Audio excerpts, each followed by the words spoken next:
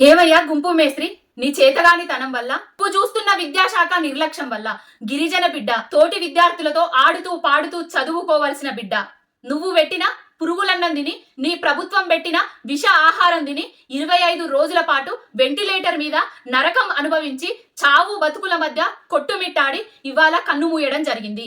ఇది ముమ్మాటికి ప్రభుత్వం హత్య, ఇది ముమ్మాటికి రేవంత్ రెడ్డి నిర్లక్ష్యం వల్ల జరిగిన హత్య అనే చెప్పవచ్చు. ఇదే నారా ప్రజాపాలన అంటే, ఇదే నారా ఇందిరమ్మ రాజ్యం అంటే. ఇందుకే చేస్తున్నారా విజయోత్సవాలు? ఎవరి కోసం రా విజయోత్సవాలు? ఆడబిడ్డలకు అన్నం పెట్టనోడివి ఆదానితో ఒప్పందాలు చేసుకోబడుతుంది.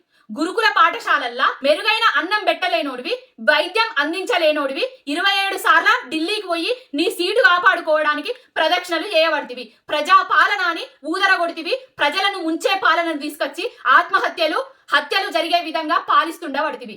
ఏం జరుగుతుందిరా ఈ రాష్ట్రంలో? ఎవడన్నా ఇదివరకు జరిగింది ఇప్పుడు జరిగింది అనే